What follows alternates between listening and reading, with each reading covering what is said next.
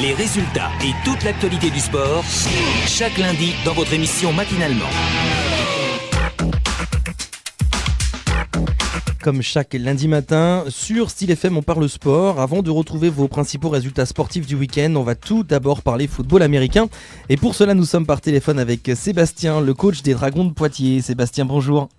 Bonjour Samuel, bonjour à tous les éditeurs. Alors on va faire tout d'abord pour commencer un point sur le match qui opposait samedi, les Lions face aux Dragons. Oui, alors c'était le premier match de saison régulière pour le groupe senior. Après sa première saison, la saison dernière en 3e division, nous retournions sur cette 3e division qu'on avait découvert.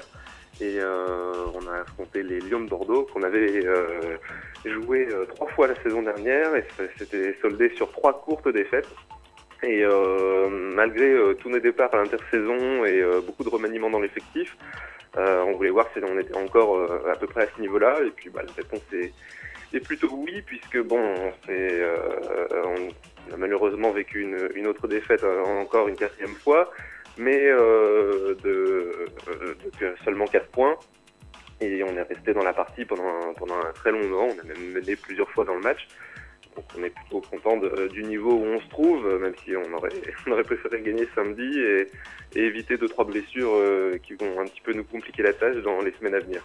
Alors c'est une défaite un peu rageante puisque 30-26 pour le score, ça se passe comment dans la tête des joueurs et de la tienne ? Ouais, ça a été un peu l'ascenseur émotionnel, hein. On perd 9-0 assez vite dans la partie. On fait quelques erreurs au début de match, donc on aurait pu penser que le match allait être très long et prendre une lourde défaite. On s'est très vite ressaisi, là, il y a eu une belle...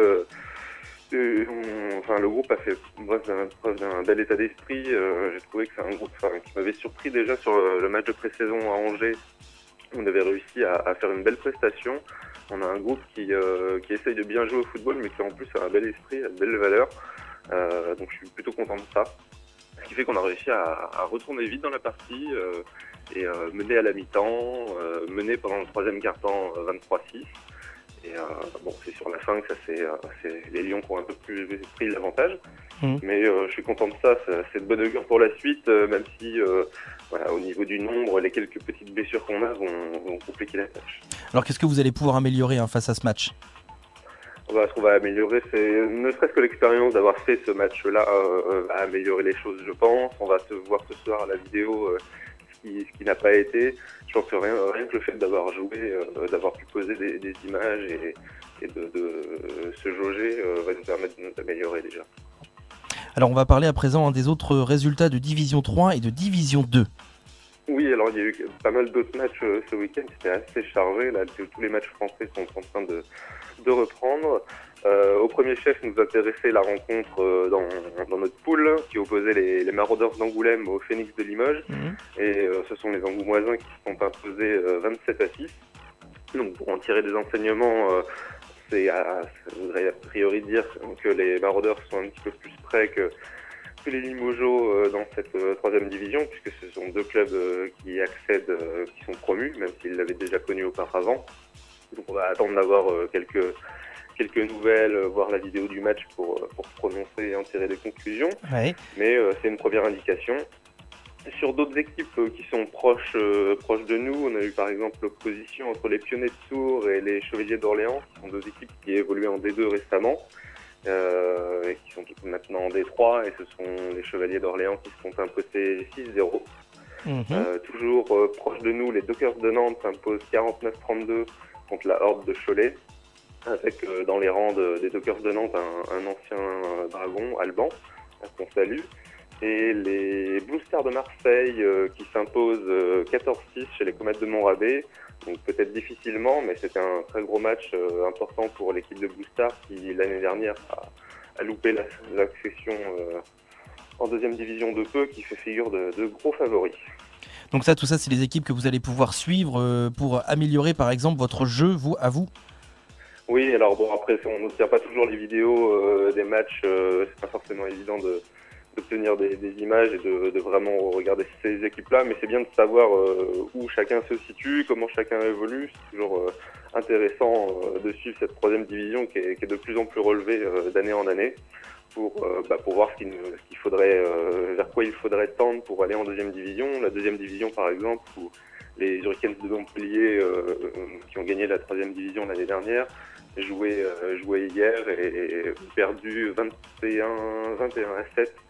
Les Falcons de Bron qui sont favoris en D2, donc on voit qu'une équipe qui accède à la D2 en ayant été solide en D3 est déjà dans le tempo, même si elle est a priori encore inférieure, elle n'est pas, voilà, ça a pris une valise de points incroyable.